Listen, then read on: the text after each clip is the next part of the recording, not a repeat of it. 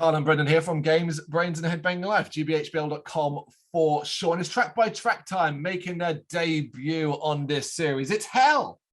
Yes, the band Hell. Now, you can't just talk about this album without talking about the history and story around Hell. It's quite something, as this band technically has been around for a very, very long time. Part of the original new wave of British heavy metal bands, New Wobham, that stuff.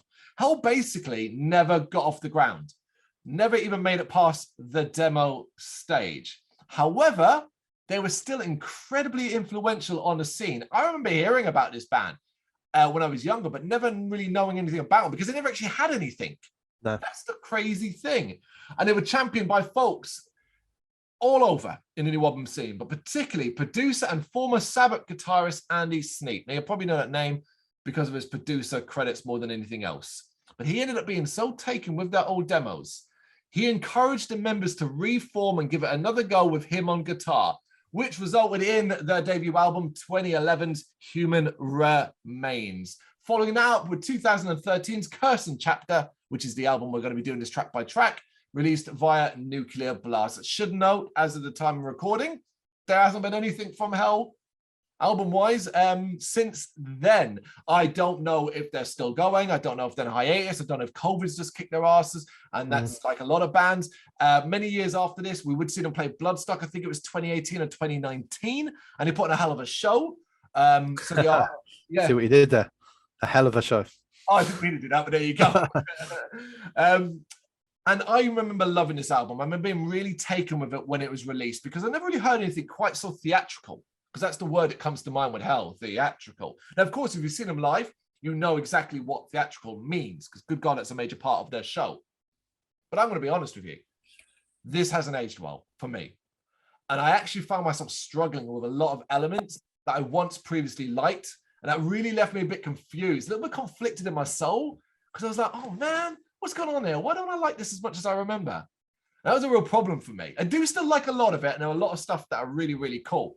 But yeah, writing the notes for this was different. And like I said, it kind of bothered me. But what about you? What's your deal? Well, I don't think I listened to this album when it came out. I don't think it was on my radar at all. I don't know why. I know the history of Hell. I know they were like a cult band more than anything else. Like, you know, they had a cult following. And I knew songs from this album, like you know, some of the bigger hits, or well, as far as hits go. But I don't think I ever listened to this album when it came out. I don't know why. I don't know what I was listening to at the time that it never came through. In fact, the first time I listened to this album was when I knew they were playing Bloodstock. Right. So I listened to this album and to the debut and anything I could find from theirs, because I was really looking forward to seeing them play at Bloodstock, and they didn't disappoint. So I wanted to make sure I knew the songs, like, do you know what I mean? I was doing that right. Let me make sure I knew the songs. So that was the first time I listened to the album. And it was the first time then I realized, like, even just the names of some songs, because songs that I'd always been a fan of, I was like, oh, let me try this one out. I was like, oh, that's that one I like. Oh, yeah. So for me, this is the first, well, since pre-Bloodstock, is the first time I've listened back to this album all the way through. And for a lot of it, it felt like the first time again. Yeah, okay. So it was like, I feel like I maybe had like the reaction you had the first time you listened to it. But like obviously years later. Okay. So for me, it felt fresh. It feels modern. It's exciting. And it's just like, why the fuck aren't you guys releasing more music? But yeah, so we I don't know. It's one of the, we'll see how it goes. I don't think we'll be massively different on it, because I don't think there's an awful lot on this that anyone's gonna, oh my god, this is a shit song. Like, it's not going to be that sort of an album, I don't think. No, agreed. There's not that. It's likely to be both of us in the same train together, because it's just, there isn't anything shit in that sense. It's more just maybe how certain theatrics, elaborate cheesiness comes across for you. Yeah. But we kick off with Janine Incendius. And this is a gothic cinematic introduction that basically sets up the theatrical style that this album will have. Yep, same. Love the intro. Nice. Well, I'm sure you didn't say that. I like the intro a lot. It has a really theatrical feel. Sets the album up nicely. You know, sets the scene. Yeah, makes me excited. Yeah, or curtains have gone up, should I say, as the start of the show. Which leads into The Age of Nefarious. And of course, talking of theatrical, this is part classic new album and part cheesy, dramatic, and over-the-top fun. It is a real showcase of who Hell are and how you feel about this track. So I think it's really important that this one's right here at the start, because basically, listen to this. If you hate it, don't bother listening on. This is your decision-making moment. If you don't like this track, you're unlikely to like what follows. So it's the influencing moment. Personally, I love it. The flair, the tongue-in-cheek lyrics, and the over-the-top delivery. It's familiar heavy metal given a very different spin. So I do massively appreciate it for that.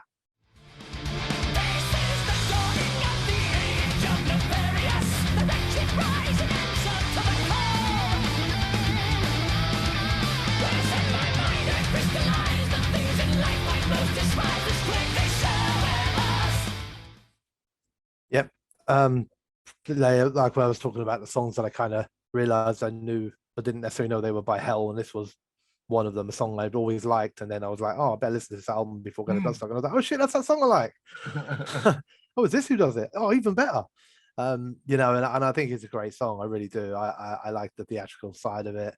I like the pace of it. I always felt like, and I feel this a lot across the whole, like the album, that actually that this still, this was released in 2013, so this is like, I know it's a while ago, but it's not, we're not talking about going back like 30 years, but I always felt like this still felt like this was the album they meant to release, like maybe in 83 or 84, like in terms of how it sounds. Yeah, you know, it has back then it would have been the new wave of British heavy metal, but it's also, because of its year of release, it's more new wave of traditional heavy metal now. Yes. Like by then, but I do love it, and I think it's great. I love the additional keys. I think, like, I mean, I'm a fan of that anyway. When you have keys and guitars working together, I think, you know, as long as you do it right, you know, whether it's like bottom or whatever, like it's a good instrument to have.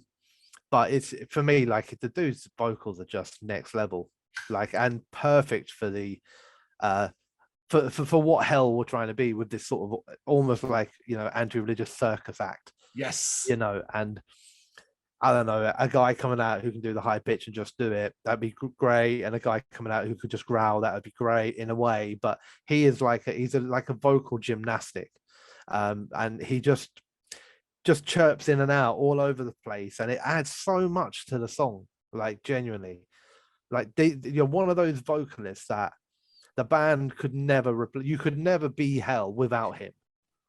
Like, you could, you know what I mean? You can drop anyone and replace anyone in the band, and I'm not saying that I want them to or anything like that, but the Hell is made by that vocalist. You know, so and also, like, the fact they can walk on stilts and shit is also cool. But yeah, you are right. It is one of the most unique vocal sounds you're gonna ever hear. It should know as well, if you've never experienced Hell live, to give an example of the front man, but how he composes himself on stage in relation to the music. He uses one of those mics that go in the ear and come to the mouth, so his arms are free for him to you know, throw them about and shit like that. So that should give you an example. And it is it's a stage show, isn't it? Like, expect costume changes, expect like drama, fire, all sorts of things, man. And he's at the forefront of it, and it just works. Like, he is Hell. Yes, absolutely. The Disposer Supreme. It's a big difference here. Almost double the length of the previous track. Hell really leaned into the cinematic style of the music for something that has got score-like tendencies, albeit with their penchant for silly theatrics. It's got some foot tapping and head-banging rhythmic guitar riffs, a well-done segment of soloing, and a darker gothic heaviness to it. I like this one as well. Yeah, so do I. I like the rhythm. Again, some more of those insane vocal gymnastics. It's a nice heavy number with some excellent guitar work and a steady drum beat. The solo is excellent. The first one, nice little chaotic sections with backing shouts in the back. You know, little touches, just little moments every now and then. The deeper vocals are cool, and the second solo that follows is just fucking brilliant. Like, absolutely hypnotic genius. And lyrically as well, because I was enjoying these songs so much, I was like, I'm gonna read the lyrics, and yes, okay, it's cheesy at some times, but like, it's in a good way. It's good cheese. It's fun, you know. And I was like, yeah, these lyrics are fucking great, man. This is so much fun. Yeah, fun is the word at this point. It is a lot of fun. And that kind of continues as well in The Dark Angel. So over the top, so dramatic, so cheesy. But I do kind of love this track. Even if it's a little slow off the mark, it takes a little while to get going. But once it properly kicks in, it's meaty and heavy with a less than obvious new album sound. I think here, though, the vocals are the real dividing line. You're either going to love the delivery or hate the delivery. I don't think there's any middle ground here. Personally, big fan, and I particularly love the deeper pre-chorus followed by the higher actual chorus. This is an evil sounding track, and I quite enjoy that.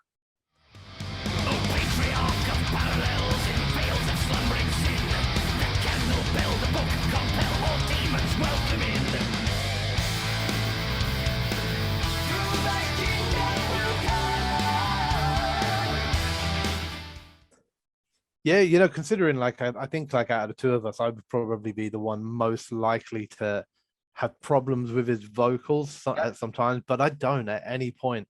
I love the way he delivers his vocals, I really do, and I do here as well. I love the kind of atmospheric building start, big slower sort of groovy section, the chorus with backing choirs. It's just like nice little differences, even 4 tracks in, while it's predominantly the same style. They have enough in the tank that, you know, like there's nothing, there's no repetition. Like I didn't feel any repetition at this stage of the album at all, you know, and I really enjoyed the fact that everything I listened to, again, it made me feel like I should pay attention to the whole song, because who knows what they might do in the next second, you know what I mean? Like I better listen to it all, otherwise I'm going to come on here and start saying, oh yeah, that was a pretty standard song, and then you'll be like, oh, what about this bit? And I'll be like, yeah, what about that freaking 16 and 20 56-piece orchestra that came in at the last 30 seconds? Yeah, because I wouldn't put it past them at all. But you know, it's nice. It's a heavy track with really, really good solos again. The guitaring is great in it as well. Like, you know, as much like as I love the vocals, again, there's nothing in it that I don't like. I mean, drums, bass, guitars, keys, everything works really, really well to you know, to capture that whole hell vibe. It is a long song, but in a good way, because it just means that they've got plenty of time to do other stuff, so they can do loads of transitions, loads of different sections, and keep the song feeling fresh. So even though it's long, it doesn't ever feel too long. I think it's a brilliant song. It's one of my favorites. Cut 30 seconds off the start. That's all I would say, is to improve it. Just that it's too long. It takes too long to get going. But that's just me. Harbinger of Death. A nice flow of guitars and drums, the sudden switches for the vocals and drums, developing listen that feels suitably old school, and as hell just a little less dramatic. Only a little bit, because it's got plenty of flair, particularly as it ends. Like that's where that really rises up for this one. This is a good track as well. Yeah, I like this one without loving it. I quite like I like the intro. I thought it sounded very, very old school. You know, big sound, big vocals, but I don't like the first verse in particular. It was just didn't feel like it quite worked, and it was like, whereas everything had been so catchy, I just felt this had none of that at all. Great chorus, great drums, you know, it's decent enough song, but just not one I'd return to a lot. They're just better songs on the album. So yeah, it's that it's not going to be alone in that regard. It's like it's a decent song, but there are just better songs on the album. Speaking of which, End of Days. This is one of the heavier sounding tracks in my opinion, as the riffs are a bit more buzzsaw-like. It's got a more straightforward heavy rhythm and lays off the theatrics a fair bit. The chorus is strong. I think this is actually one of the hidden gems on the album, because you think of the massive tracks, you're thinking of the Agent of Fairies, you're thinking of Dark Angel, you're thinking of a track that's going to come in a bit. You're not thinking of End of Days. I think it's a bloody good track. Yeah, I agree. I think it's cracking track. The intro is phenomenal. It's dark, it's exciting. Rhythm, guitars, everything's just working perfectly together. It's got everything basically. He's got the exciting verses, the vocals are brilliant, the way he delivers them is brilliant, the chorus is brilliant, the solo is fucking brilliant. It's just a fantastic metal song. So yeah, I'm a big fan of that one.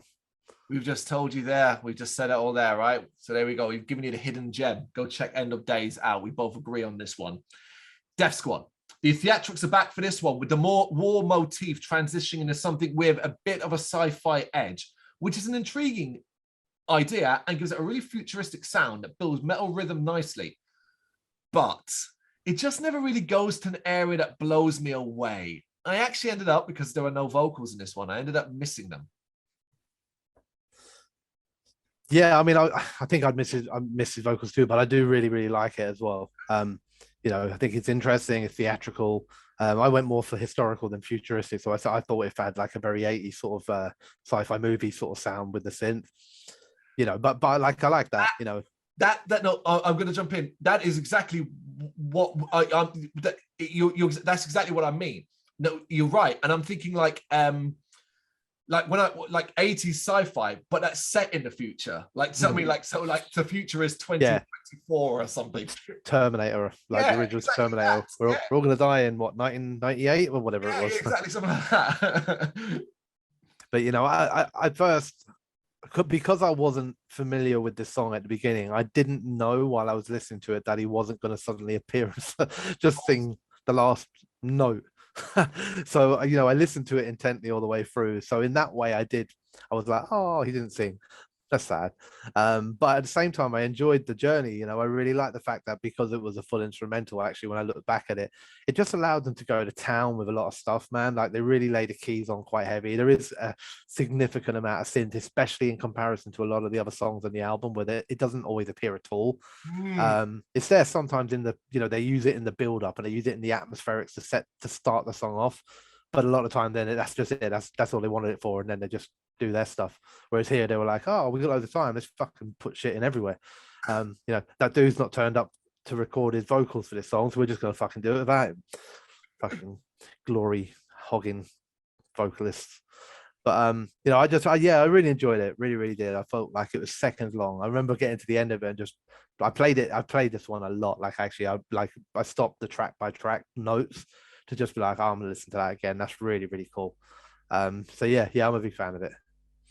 Okay, we don't quite agree on that one completely, but there you go.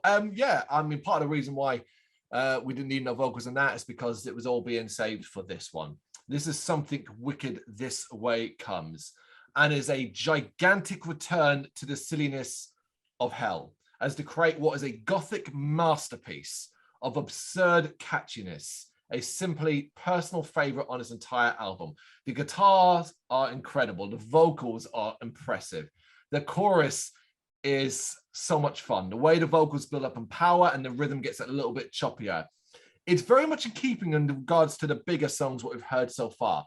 But then also, there's nothing like this track anywhere else in the album.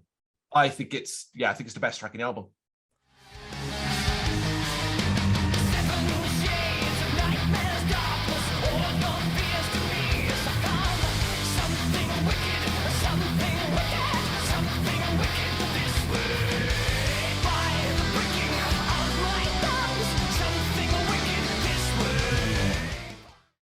I like it a lot, and I do know it quite well. I think if I don't know if I did, but if I'd have known any other song hearing it here, listening to the album pre Bloodstock that time, outside of the Age of the Nefarious, it would probably have been this one.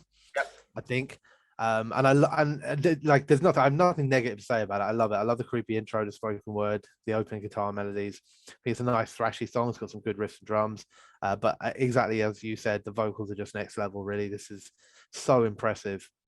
His range and the way he just jumps in between like pitches, like at will. Like the speed that he does it as well. Like the speed of delivery is also impressive because he's not like taking his time to build up to a higher note. He is just flowing like almost rap style at times. Okay, yeah. Solo's cool. Everything about the song is really, really cool. I like it a lot. I really do. There's nothing I have negative about the song. It's just not like, it's not my like the one that I go, this is the best song on the album. This is one of the best songs on the album. Okay. Whether it's one of my top 3, we will see. Based on what you've said so far, no, I don't think it is. Based on the other tracks as well. But we still got a few more to go, so wait and see. Faith Will Fall. Straightforward for me. A fast-paced, chunky headbang and blast off heavy metal. One of the more traditional sounding tracks that has some nice fire to it. Got nothing negative to say. I like it. I think it's another really, really good, strong song as well. Nice and heavy. Plenty of intensity, good riffs and drums, and again, really strong lyrical content.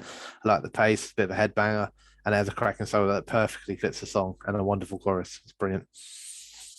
Still all there. The attention's there. Land of the Living Dead. Heavy on the horror gothic vibes, of course. It's another punchy blast of enjoyable rhythmic metal, kept short and sweet. It's very palatable music at this late stage in the album. I thought that was super important because obviously a long album like this, you get into the end and, you know, you might find a track that's just like, oh no, that's unnecessary, cut that. But Land of the Living Dead, no, it's more than that. Tasty. Yeah, another one. I mean, I like all the songs. I really like the intro. I felt this one had a bit of a Maiden kind of feel to it. Like again, going back to the old new wave. It's quite a fun song. It's got some pretty cool lyrical content as well. Kind of the whole use of zombies, you know, but clearly meaning like humanity acting like zombies, and he desperately tries to find solace and escape normality. But like the way that it's used, I think is pretty fun. Solo's good. Vocals are of course strong, but you know they just always are. At this point, yeah, it's not the best. It's not the best song on the album at all, but it's just still another strong song. There's no filler as such. Like it's not that low. Do you know what I mean? It's just that's another really good. I can imagine anyone listening to this album, right? This is the thing with this album. I think everyone could come out of this album, and maybe one or two would always be like, "Oh, those songs are fucking amazing." But I think that third or fourth or fifth or whatever, anyone could have anything. Like that's how strong this album is to me. It's interesting you say that because what you're saying there is the problem that I Reach Now would Deliver Us from Evil, the penultimate track. You will likely, many people, be exhausted at this stage because we are at quite a long point. And even the overly cheesy start of this doesn't energize me. Though the track does have some nice bass hum, I find this one completely uneventful, and I actually started to zone out as it went on. I could have done with something wildly different. And in an album that's quite varied all the way, this doesn't stand out at all. This is my cutting room song. This is the one I'm just like, this isn't needed. Yeah. We definitely differ on this one. Really? Okay. Yeah. Right. I adore this song. I think like I adore the start. He sounds so menacing, and having just a drum beat was a great call. The bass and drums, along with his speedy vocals, is just fucking brilliant. And then I just wrote, I love his voice. He's such a great singer. And then anyway, then I went back to it. I was like, I like the quirkiness of this song. It's very appealing, very catchy. Kind of, I found myself doing this a lot over their album. I was like, oh, this sounds like that band. This sounds like that band. And then I wrote, oh, this is like Hell's version of Sweating Bullets. Yeah, the Megadeth song. It's seriously great fun. Wicked solo, a nice change up in vocal delivery near the end, and some nice riff and instrumental work to close out on. This is one of my favorite songs for sure. It wouldn't be a track by track of this magnitude with this much interesting stuff going on and unique elements to not find at least one track that we are pretty much opposite on. So the fact that it's coming right at the end does me no bother. I'm not sitting there going, why the fuck does Brendan like this so much, when I think it's basically a pointless exercise that does nothing fresh. That's just our opinions. That's the point of them. Before we do end, Vespertine Legacy, which is just so smooth in my mouth. I love that Vespertine. Just sounds great. Yeah. It's go big or go home. As Hell bring in some synth and seem to be going for more of a rock epic sound than outright heavy metal. What I complained about before about that previous track, Deliver Us from Evil, not perhaps having the variety I'd found elsewhere, a Vespertine Legacy does that again. I was quite amazed that this is what they chose to end with. It does, though, transform into a more rhythmic blast of headbanging goodness. It's a very solid, very good, very positive way to end the album. I was happy with it as a closer, which sometimes we don't always get. I was happy with this. Yeah, and unsurprisingly, I like it too. The long one to end with, nice atmospheric start, basically build up with wonderful blend of keys and guitars again. It feels kind of big, it feels kind of grand, like not grand, I know grand's not the word, it doesn't have that power metal sort of feel to it, but it just feels like something special's happening. And I really enjoyed the theatre Hell managed to create, not just on this song, but just on the album overall. It transformed into a fast and crunchy number with impressive vocals and punchy riffs, plenty of melodies and extra keys, and the build up to the solo are also really cool, as is the solo itself. So yeah, I felt like it was a strong album closer. You know, I think it could, yeah, like you said, really, you know, no problem. It's positioned. I think this album doesn't necessarily have that kind of need for like, oh, that one should have been the closer or that one should have been the opener. I think it just flows quite well as it is, and you could probably move songs around and it'd still just be fine. You know? I would struggle to move this. You're right. I would struggle to move this album around. Pacing wise, I think it nails the flow quite perfectly. You said the word grand and kind of back down in it. I think I understand what you're saying, in the sense that even if the track, a Hell track, isn't necessarily boom, power metal, bombasticness and all that, it's Hell. and they bleed what they are, what they've done, that's it's just grand no matter what they're doing. It's just it seems to be a state of mind, even if they're going for a bit more classic new Wobbum straightforwardness. You're like, yeah, but you're Hell, and you know this is going to be grander than most. You're not sitting in a studio knocking out these riffs. You're sitting in a fucking on a mountain somewhere, or Mordor, what's called flames burning around you, that kind of thing, dressed up like stupid, you know. Oh, they're actually in Hell. I was explaining to my daughter earlier on because she really likes some of the songs on this album too. And she really likes Deliver Us from Evil, by the way. But there you go. But I explained to her that like they only come out like from Hell every few years to release an album, but then they get banished back, and that's why we haven't heard from them for a few years. But I'm sure they'll be back soon. That, for all we know, it could be it. Exactly that. Okay, then top 3 tracks. I think we might be different. I'll go first on this one then. So mine are Dark Angel, End of Days, and Something Wicked This Way Comes. They're the 3 best for me. So I did write down before I did this that this was one of, if not the hardest, choose 3 tracks I personally had ever done. Okay. And I really struggled with it to the point where I did choose 3, but then I also marked 1, 2, 3, 4, 5, 6 other songs in this album I put a 4 against because I kept swapping the 3s and 4s out. So out of this album, I had 3 favorites and 6 of this rest of this album down as 4s, and only 2 other songs then outside of that would have been 5. So, but I ended up settling with Dark Angel, End of Days, and The Age of Nefarious. Ah, yeah. See, yeah. What would have been 4 then? Well, you said it was 6. But, okay. Yeah. So I mean, I literally I had a Vespertine Legacy, Deliver Us from Evil, Faith Will Fall, Something Wicked This Way Comes, Death Squad, down as 4s. Yeah, it is. I think what the most important thing to take away from this album for people, particularly if say you're watching this and you've never even heard this album or heard of Hell, is that it's something quite unique in that realm of new Wobbum, where Hell were born from, and that's quite outstanding in itself. I think if you're listening to it now, as I said, for me, the struggle was that I wasn't quite on board with a lot of the cheesiness that is there. That's where you're going to struggle. Basically, do what we said at the start. Play the album, get to The Age of Nefarious, and if you can get through, if you love The Age of Nefarious, the first proper track on it, then you're fine. You're fine for the rest of the album. If you hate it, probably don't continue. I mean, for me, I think you can go, like, if you've never heard Hell before, just like you, the first time you heard this album, just like me, the first time I heard this album, I would be surprised if you don't. It might be on like a repeat couple of listens that you start going, oh, okay, yeah, you know what? There's a couple of tracks I prefer. But I think at the first time around, what you said, like, yeah, you know, you probably never heard this shit before, man. Yeah. Like, and I'd be surprised. I struggle to see how, like, you know, if you've never heard, if you're a fan of metal, the chances are, like, you like something from the new wave. Whether it's traditional British heavy metal, you like that sort of sound somewhere, whether it's Megadeth or Metallica or Slayer or whatever, like, you know, you're gonna like some of it. And I just can't imagine you listen to this first time around, having never heard Hell before, and come out like going, yeah, nah, that's shit. Like, do you know what I mean? I can understand after a few listens, you might start going, oh, do you know what? Like, yeah, okay, that song, I start falling away from a couple of songs. I can get that. I just like, I'm blown away. I wish I understood. Because I enjoy the album so much, I you know how it is. Like, I listen to that album and I think, like, what? Well, there's nothing here for people not to enjoy. Why is this album not? And it is successful, and that's the thing I don't understand. Why are Hell not like a festival headliner by now? Because they've released like another 5 albums since then, and like, you know, it's just one of those awkward things. Like, you know, I listen to that and I think, like, that has enough quality on it that there should have been a 3 or 4 album dealing with a huge label. I mean, it was a big enough label that they were on for that album anyway, and that they were still around now. Like, do you know what I mean? Like, regularly doing festivals, but like we saw them play Bloodstock, and they were, I can't remember exactly the time, but we're talking like 3, 4 in the afternoon on the main stage. It was I think it was no more than like early evening at latest, I think. But I think you're probably, it's about between 4 and 6. It was not. Because there were before Blind Guardian, who were the sub-headliners that year, I think.